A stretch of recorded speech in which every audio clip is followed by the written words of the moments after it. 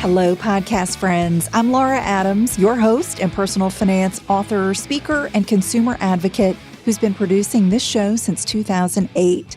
Thanks so much for downloading the show and spending some time with me this week. If you have been on the quote-unquote front lines of dealing with the coronavirus crisis over the past few weeks, I also just want to take a moment to say a very heartfelt thank you for your work. Whether it's in a hospital, grocery store, factory, delivery truck, government position, or doing work through a food delivery app, what you're doing is keeping the country going. So again, thank you so much for being out there. And as the pandemic continues, we've seen the number of people becoming unemployed or losing business income mounting. Unfortunately, the Labor Department says that about 17 million workers have filed for unemployment benefits in the past 3 weeks. There are countless numbers of businesses, such as restaurants, salons, hotels, shops, factories, that have closed temporarily, or maybe in some cases will be closed permanently. If you've been caught up in this and have been laid off, or maybe you expect to be laid off, it is critical to take advantage of every possible benefit and also to think about how to pivot to a new opportunity as quickly as possible. So today I interview Colleen McCreary. She is the Chief People Officer at Credit Karma. We talk about some tips on navigating unemployment due to the coronavirus disaster. Colleen joined Credit Karma a couple years ago, back in 2018, and now she oversees more than 1,300 employees across offices in the United States, Canada, and the UK. She's got more than 20 years of experience in human resources, recruiting, and operations, so I thought she'd be a great person to talk to. She really understands managing people in technology companies so well that she became a technical advisor for the popular HBO series Silicon Valley. In the show's most recent season, it has a very astute HR administrator, and that character was taken straight from Colleen's real-world experiences, and we chat about that. So today we're going to talk about what to do if you become unemployed. And Colleen and I cover a variety of topics, including key questions to ask your human resources administrator, whether you should negotiate during a termination, how to maximize benefits from your old job, tips for finding a new job if you get laid off, and common mistakes that laid off employees make. And stay tuned after my conversation with Colleen. I'm going to put a finer point on some of these topics by reviewing key tips and also giving you more information about filing for unemployment insurance. And it will also apply to those of you who have income, perhaps that you have lost from your business during the pandemic. So be sure to stay tuned for those final tips. All right, here's the conversation with Colleen. Colleen, thank you so much for being with me today. I am sorry that we're talking in such kind of strange circumstances, but nonetheless, I'm really happy to connect with you and figure out how your expertise can help the community here and understand what to do if they do become unemployed and what their options are. So thank you for sharing your expertise today. Happy to be helpful in any way I can. Tell me a little bit about what you do. What is a Chief People Officer? What do you do in that role? Well, I think a lot of people more traditionally know me as a Chief Human Resources Officer, the HR lady.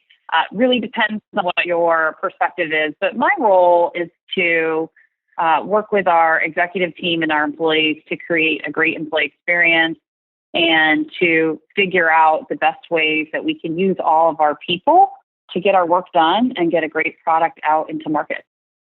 Yeah, I did a similar role as you many years ago. It was a much smaller company, though. I was a COO, and it also involved benefits and overseeing payroll and all kinds of benefits for a small company.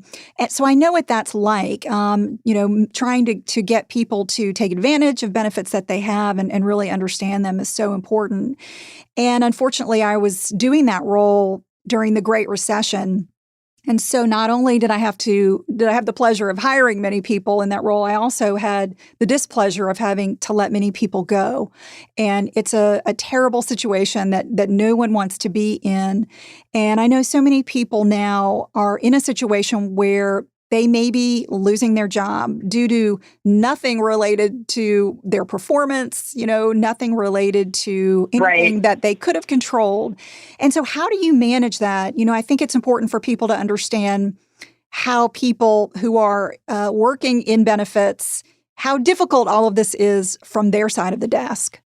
I completely agree. And it's really nice of you to have that empathy. It is the hardest part of this job. And I've been doing this work for over 20 years and unfortunately have had to be in this position many times at different companies. And you're right. It's not anything that somebody has done wrong. It's generally some external market decision that is causing it. And sort of in this case, no one could have been prepared for it. There's nothing, I think, for most companies that they could have done to prevent sort of the situation that they find themselves in. And it's heartbreaking. The only silver lining I generally see in this scenario is that for most people, if they have the right attitude and they're willing to, sort of put the work in, generally, they can usually find another opportunity. And in some cases, it's an even better opportunity longer term than they had before. And thankfully have in my career had people, I've run into them at the grocery store, sort of out and about, who said like, that experience was really painful for me, but I learned a lot from it. And I'm, sometimes they'll say, thank you, I'm in a way better position now, which is the only silver lining generally that one can feel during this time. Yeah. So if someone is newly unemployed or they find themselves unemployed within the next few weeks or maybe month or two, we don't know how long all of this uncertainty is going to last. But what would you say is kind of the action plan? What steps should that person take to make sure that they get the most out of the benefits that they have with the ex-employer? And also, how do they get the most out of perhaps some of the government benefits that are available? Right. So that's, the first part I always tell people to do is to get clarity on the situation that they're in.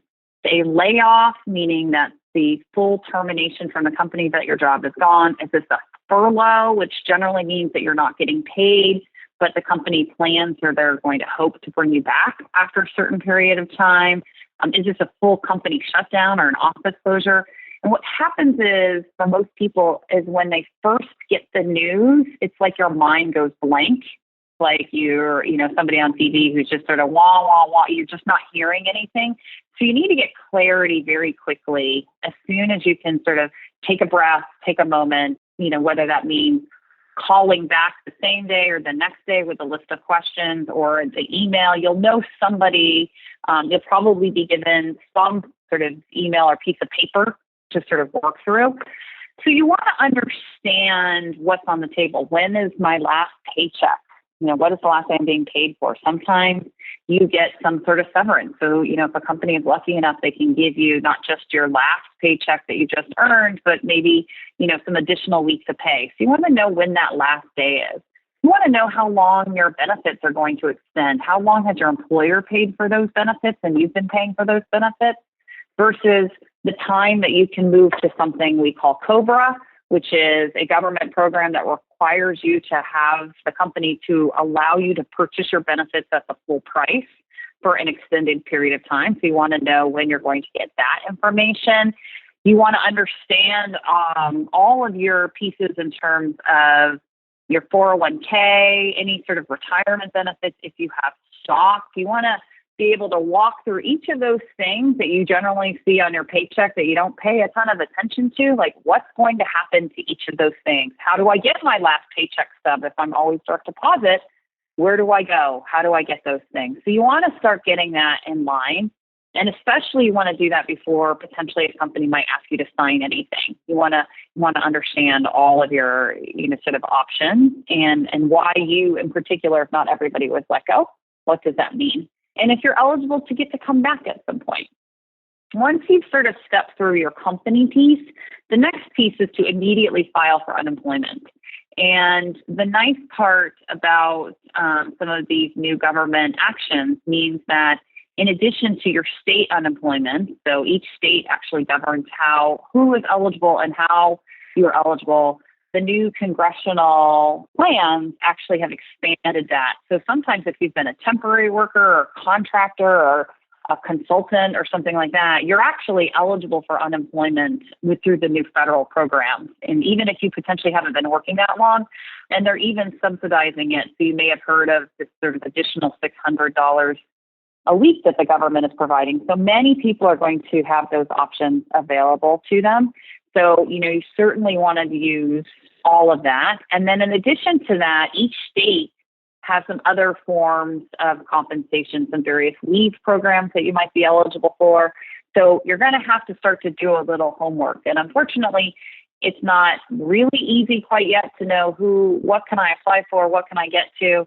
But certainly it is actually all out there. And one of the, sort of first places you can go is going to be your state's unemployment website and then the U.S. Department of Labor website. Both of those have a lot of information right now. And then, I always say, don't be afraid to start using your network. This is nothing to be embarrassed about or shy about. It's happening all over the place. So you're going to get a lot of both comfort. And then when people say, how can I help? You can say, you can help me find my next job. One thing that I often would see is folks get very upset and angry when they're terminated. And of course, it's just our human nature is to be shocked, as you mentioned, and feel upset. But the reality is you are going to need that benefits administrator. You're going to need that liaison probably for the next few weeks to help you transition everything and answer questions. So my advice is don't burn any bridges. You are going to need to have that good relationship, right? And if you are not in a good frame of mind, it really doesn't help anybody, and it's not going to help you get the most out of your potential benefits and just figuring everything out. So I like the idea of being prepared. Even if you feel like you're in a good situation with your career and your job right now, it's not a bad idea to have a document either that you keep on your phone or on your computer that is kind of the what if I were to get terminated, and listing out all the questions that you would want to ask and be clear about before it actually happens, so that when you are in that state of shock, you can go, okay, I have a tool for this. I'm going to download this form or at least pull out my computer and ask all of these things. Now, if you leave the company and you didn't get everything answered, of course, you can always reach out to your benefits administrator. That's what they do. They expect you to reach back out and ask questions if anything is sort of left undone. Also, you're going to want to think about what you can do with health insurance. You mentioned COBRA. In a lot of cases, that's a great option because you're going to get a very high quality group health plan that you can continue typically up to 18 months. It can be expensive though, depending on how much your company was supplementing or covering the cost of that premium, you may find that it's unaffordable. If your income does drop significantly, it may be that you are better off looking at a program through the federal exchange or the state exchange, depending on where you live. So you definitely are going to want to shop your options and see what's available for you. But, the bottom line is try to get the most out of your benefits. If you can negotiate, Colleen, what would you recommend that people do? I think, if a severance is in play, wouldn't you say that the employer might expect you to try to negotiate a little bit for some benefits or additional pay? I really think it depends sort of what's on the table and how many people are being affected. If it's a really large group of people, traditionally not a lot that you're going to be able to negotiate because there's going to be sort of an equitable plan that they're going to want to do for everyone. But I don't think it ever hurts to ask. And I think that starts at the beginning of a conversation, whether or not it's your, sort of your compensation or an offer when you get a job, and certainly not on the way out, as long as you're doing it in sort of a polite, diplomatic, and instead of sort of, to your point, you gather more flies with honey than you do with vinegar, as I was always taught growing up. So you certainly, it's better to, sort of be in a mindset of just saying, hey, I'm just asking, it would be great. I usually do say that sort of trying to negotiate for some additional months of healthcare coverage is the easiest place to ask. Potentially, the other thing is to extend your time on payroll to get you, depending on when your company's benefits start. For example, our company's benefits is, sort of as long as you're there on the first day, we pay your benefits for the rest of the month. That's a big deal for people. That, to your point, it is very expensive, healthcare benefits. The other little nugget that I usually tell people is that for COBRA, you don't actually have to sign up right away for COBRA. You can actually delay making payments for the first 45 days. And so if you're in a situation where, potentially your significant other has benefits and you're going to move to those, and you're just trying to assess who's got the better benefits, or you're going to get employed right away, it's a little, annoying at first to kind of get these bills for that first 45 days. But you could eventually stall out the payment for the COBRA into that 44th day, and that will retro back to the, sort of the last day you had benefits covered by your company. So it's a little bit of a way if you're doing some really tricky money management, or you want some time to look at those other plans before you decide. Don't forget, make sure you put it on your calendar that you need to make that payment if you're going to sign up for COBRA. But I always think that that's a good idea. But benefits is definitely an area that you can certainly potentially do and ask for, and people will always be much more understanding as to why you're asking for that. Yeah. Talk a little bit about FSA dollars. What should someone do if they've got a little bit of a balance that they've been contributing to and all of a sudden they're unemployed? Yeah, so, you still will have those FSA dollars available to you, for the rest of the year.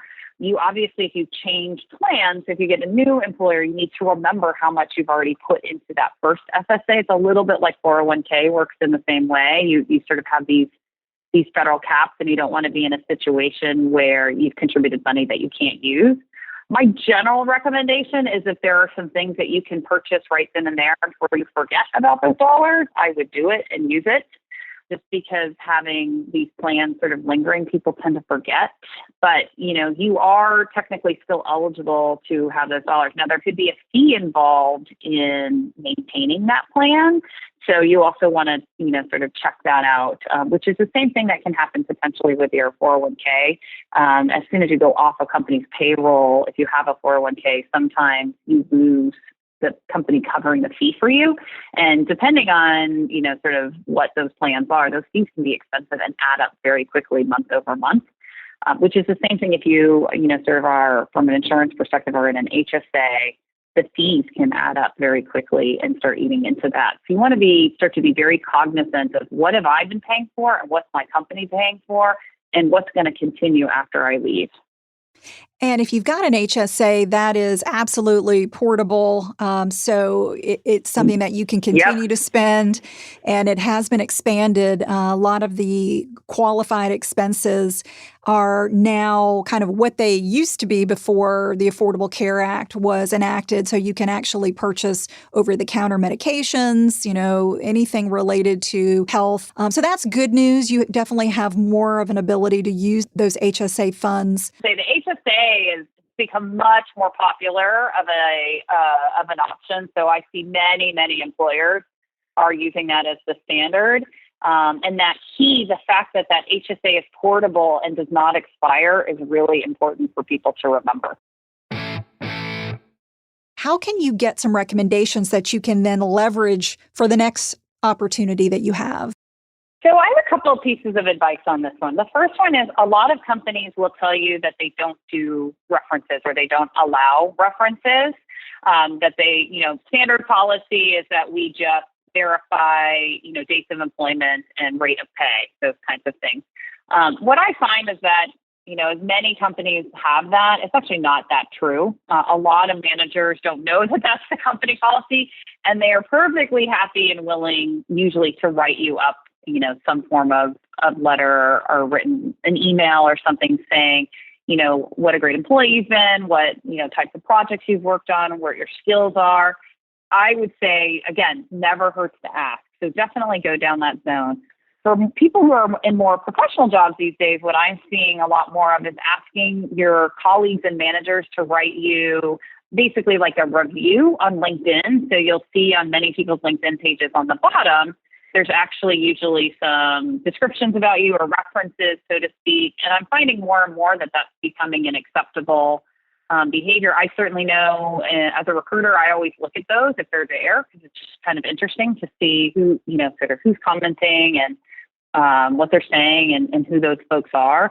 And it's good to remember that it's not just your boss or your manager whose perspective that, a future employer could care about. They might actually really care about a peer or a customer that you've worked with or a partnership or that type of thing. So I think doing that. And then the one piece of clarification that you want to make sure when you're going to update your LinkedIn or update your resume is to understand what was confidential or what wasn't confidential. So what can you share? What can you do? And how can you talk about the projects that you've worked on?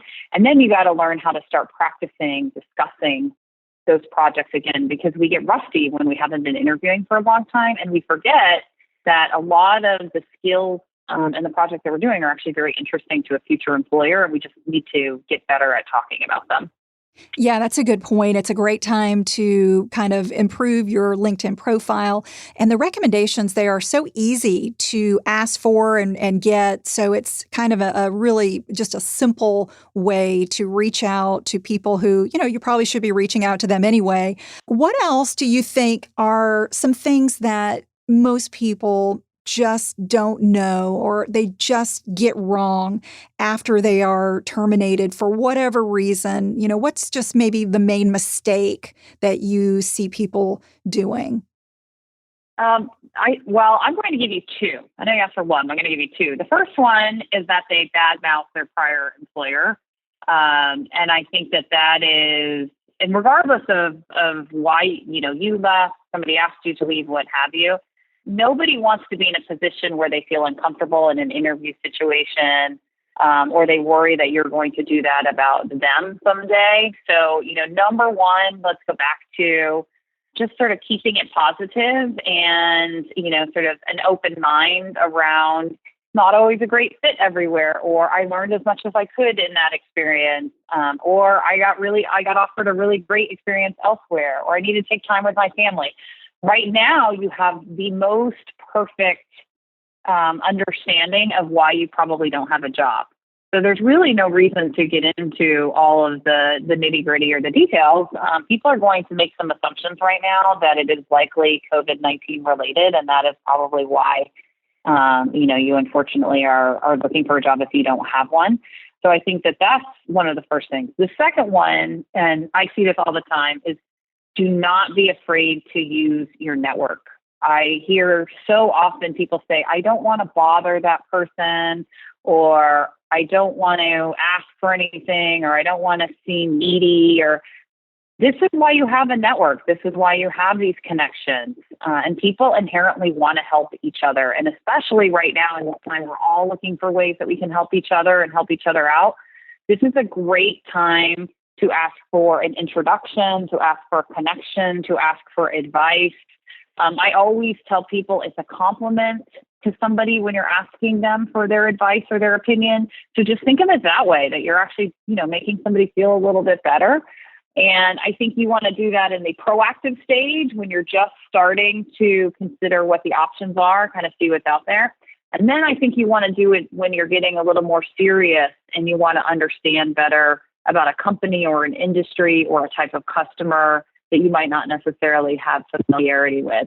The network effect of not just you, but maybe somebody else that, your friends know, or, the connection of a connection, that is super valuable right now. And people are just at home. So, this is a good time to try and get a hold of the person that normally might not necessarily be the easiest person to go make a coffee date with. But instead, you're just sending them a note. You're more likely to get a reply at this time. Great advice. So, Colleen, before we wrap up, I have to ask you, I understand that you were a technical advisor for one of my favorite shows, Silicon Valley on HBO. How in the world did that opportunity come about? Oh, it was a really fun experience. And I, sort of Silicon Valley in and of itself, if you know anything about it, or even if you watch the show, there's a lot of people who are connected. And I have spent an immense amount of time in the startup world with a number of companies. And a friend of mine, who is a venture capitalist, actually happened to decide to take a sabbatical and spend an entire year in the writer's room. So that's why that show is so real for those of us who've watched it. And they decided in this last season to put in an HR person, and they needed, sort of an example. So I spent a lot of time giving them some crazy stories of some things that have happened to me in my career or things that I've seen. And then I was pretty excited they ended up building a character sort of around me. So it was a really fun way to sort of see my job come to life. The HR world, people are always unique and dynamic, and we all have feelings and emotions, and that evidently translates really well into TV. So it was quite fun. That is terrific. Yeah, I lived in Silicon Valley for several years, and I can say the show nailed it. I mean, it's just if you haven't lived out there, all you have to do is watch the show, and you will definitely get a great flavor for it. It's a great show. That's so much fun to know that character, and I can picture her in the show. That was that's you, Colleen. That is, I don't look at all like that, but that is me. And what was great was to have people from my past or people who know me or work with me who would ping me and they said, "Oh my gosh, that's so you. They totally nailed that." And I always wondered why that show is funny outside of Silicon Valley because it is so real. But I think people don't realize that, most of what you see on that show actually happened. I used to live in fear of it. Before they asked me to be a part of it, and just thinking, something I've done is going to show up in this show. And, it was like running straight into my fears, and it was great. It was really fun. I got to meet, much of the cast and then to see your ideas being brought to life, and how they portrayed it was just an amazing experience. Very, very cool. Well, thank you for sharing your tips and expertise. I think this will help folks who are dealing with the aftermath of losing a job, thinking about what's next for me, or if you do lose your job, going into that with a level head and maybe a few questions already prepared and ready to go will make it a much better experience overall. So thanks so much for being with me. And I hope that you are staying healthy at home. I understand that you're working from home. Of course, I'm at home as well. I work from home most of the time anyway, so that aspect of this has not been that unusual for me. But it has certainly been such an odd time. So thank you for helping us navigate it a little bit better. Happy to help out anytime. Thanks so much again to Colleen. I really enjoyed speaking with her and hope you enjoyed that conversation. Now, let's pivot to a review of some of the tips that we talked about and a few more, perhaps, that we didn't talk about. So, how do you manage unemployment and lost business income right now due to the coronavirus? Well, number one, as Colleen and I talked about, you need to understand your unemployment circumstances. There is a big difference between being laid off and being furloughed. So be sure that you understand the circumstances for your particular unemployment. Ask to get the terms of your separation from your company in writing, and do not sign anything before you've had time to fully read it and understand it. With a furlough, that generally implies that the company plans or hopes to bring you back on the payroll after a certain period. It's kind of like mandatory leave without pay. A layoff, on the other hand, generally implies full termination from a company. So your role, maybe even a percentage of the entire company's workforce or certain divisions may be getting eliminated. And another situation is just a complete office closure. That happens when the entire location or company shuts down. That's obviously similar to a layoff in that it's a full separation. Although sometimes you could be asked to relocate to another division or office location that may be still operating within the company. All right, my second tip is know your benefit options. During a furlough, your company may continue to provide regular benefits that you've been getting and even vest equity or matching funds, although this is going to vary a lot from company to company. Some may allow you to bridge some of the initial furlough by using any available paid vacation days that you have. Now, with a layoff, your benefits end right away, typically, or some may continue through the end of the month. So you want to be clear on exactly when they do end if you have been laid off. Tip number 3 is file for unemployment insurance. And if you're not familiar with it, unemployment insurance provides weekly payments to eligible workers who become unemployed or have a loss of income through no fault of their own. And the program is administered jointly by the United States Department of Labor and individual states to help workers get through a temporary financial hardship. So back in March last month, federal laws were expanded significantly to allow many people to collect unemployment insurance who previously would not have been eligible. So now you may be eligible if your employer permanently or temporarily laid you off due to the coronavirus. You may be eligible if your employer reduced your work hours due to the coronavirus, or if you're self-employed and you've lost business income due to coronavirus, or if you're quarantined and you just can't work, or you're unable to work due to a risk of exposure, or you cannot work because you're caring for a family member who is sick with COVID-19. The bottom line is that if you've lost a substantial amount of your income due to the coronavirus, you are likely eligible for unemployment benefits. As I mentioned, it's available for those who have lost their jobs, been furloughed, had work hours reduced, or even quit due to fear of getting exposed to the coronavirus at work. Unemployment benefits are now also available for the self-employed if you've got a sole proprietorship, a limited liability company, or an S corporation. It includes anyone who works as a freelancer, an independent contractor, a gig worker, anyone who has 1099 income. That was not the case before coronavirus, but now going forward, at least through 2020, that is a benefit. So be sure to take advantage of it. Now, if you have a C corporation or even any type of business and you employ workers, including yourself, so let's say you've got W-2 people on a payroll, that may qualify you for the Payroll Protection Program. That's another government benefit that was designed to help you keep paying your W-2 employees. It doesn't include your 1099 people that you're paying, but it would help you keep paying W-2 employees with a loan that may be forgiven if you use that money for payroll purposes. So look into that if you do have anybody on the payroll.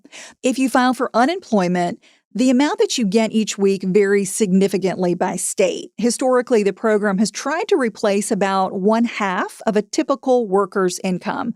But the new federal law increases the weekly benefit amount that states pay by $600, and that will be the case through July 31st of 2020. So you're getting that $600 on top of what the state pays.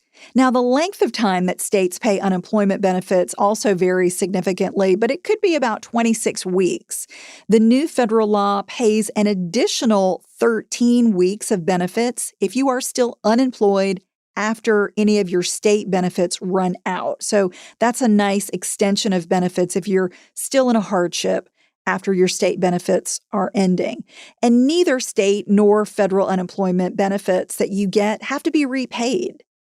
If you're not sure how to apply for benefits, a good place to start is careeronestop.org. Again, it's careeronestop.org. They have a unemployment benefits finder that will take you to your state and show you how to file unemployment depending on where you live. And many states are updating their systems and their websites right now to respond to all of these federal law changes and the massive numbers of applicants that have been flooding these websites. So if you are not successful at getting through at first, you got to just keep trying. I received a question from Lydia B., who says, I make income through W-2 part-time work, but more than half of my income is from 1099 contract work. I applied for unemployment for my part-time job and have been trying to figure out how to apply for my contract work. My state's unemployment office is swamped and I can't get through. Well, thank you for your question, Lydia. As I mentioned, if your W-2 or your 1099 income is down due to coronavirus-related hardships, you may be eligible to collect unemployment for both of them. So, Lydia, just keep trying to get through to your state's website and also make a claim for your 1099 income that has been significantly reduced. Also, some states may have a waiting period, such as a week before benefits begin, but many have waived them. So that should allow payments to start as soon as claims are processed. You're going to get benefits going back to the first week that you were unemployed in most cases, not as of the date you applied for them. So, don't be worried that if you can't get through right away that you're going to be losing money. The benefits typically are retroactive to the day that you say your income loss began or the date that you lost your job. Also, many states have relaxed or eliminated the requirements to search for a new job while you receive unemployment benefits. That used to be a requirement, at least in most states that I'm familiar with. So not doing that obviously helps anyone who is feeling a financial pinch to stay at home and practice social distancing guidelines instead of trying to get out and find a job. For more information about all the relief programs, visit the Department of Labor's website. It's dol.gov. Take the time to understand all your options and take action to secure the benefits that you're eligible for right now. All right, my fourth tip is something that we talked about with Colleen is don't be afraid to use your network. With so many people stuck in their homes right now, there's an opportunity to reconnect or start a conversation with someone who can help you find a new opportunity. You may find that during the crisis, people are more willing or maybe have more time to help. So get a leg up by having the confidence to reach out to your network. And lastly, number 5, prepare to impress recruiters. It's a good idea to ask your previous manager, coworkers, or customers for references so you can provide them when you do apply for new jobs. And as we talked about, LinkedIn gives you a really easy way to ask for those references, and then you can elect to have them show up on your profile if you wish. And make sure that your LinkedIn profile is updated and clearly highlights your skills and experiences. Also, consider asking a friend or a family member to practice mock interviews with you. You might do it over a Zoom call. You might be rusty if you haven't interviewed in a while, so rehearsing, talking about your past roles and responsibilities will definitely help you put your best foot forward. And when you do interview for a new job, as Colleen and I talked about, never speak poorly about a past employer. You want to keep it positive. And be sure to research the company so you can talk intelligently about their website, their products, their market, and their customers. If you need some advice right now about how to maximize benefits for a job loss or for a hardship that your business is facing, consider reaching out to your bank or credit union to see if they offer free advice. If you have a relationship with a financial planner or advisor, that's another great resource. There are also free financial counselors available through nonprofits and organizations such as the National Foundation for Credit Counseling at nfcc.org. They can help you understand all your options when you're in a crisis and definitely help you protect your financial health. That's all for now. I know this was a longer episode than normal, but I think the content is just so important. I'll talk to you next week. Until then, here's to living a richer life. Money Girl is produced by the audio wizard Steve Rickyberg with editorial support from Karen Hertzberg. If you've been enjoying the podcast, give us a rating and review on Apple Podcasts. New episodes are released every Wednesday, so be sure to hit the subscribe button. And you might also like the backlist episodes and show notes that are always available at quickanddirtytips.com.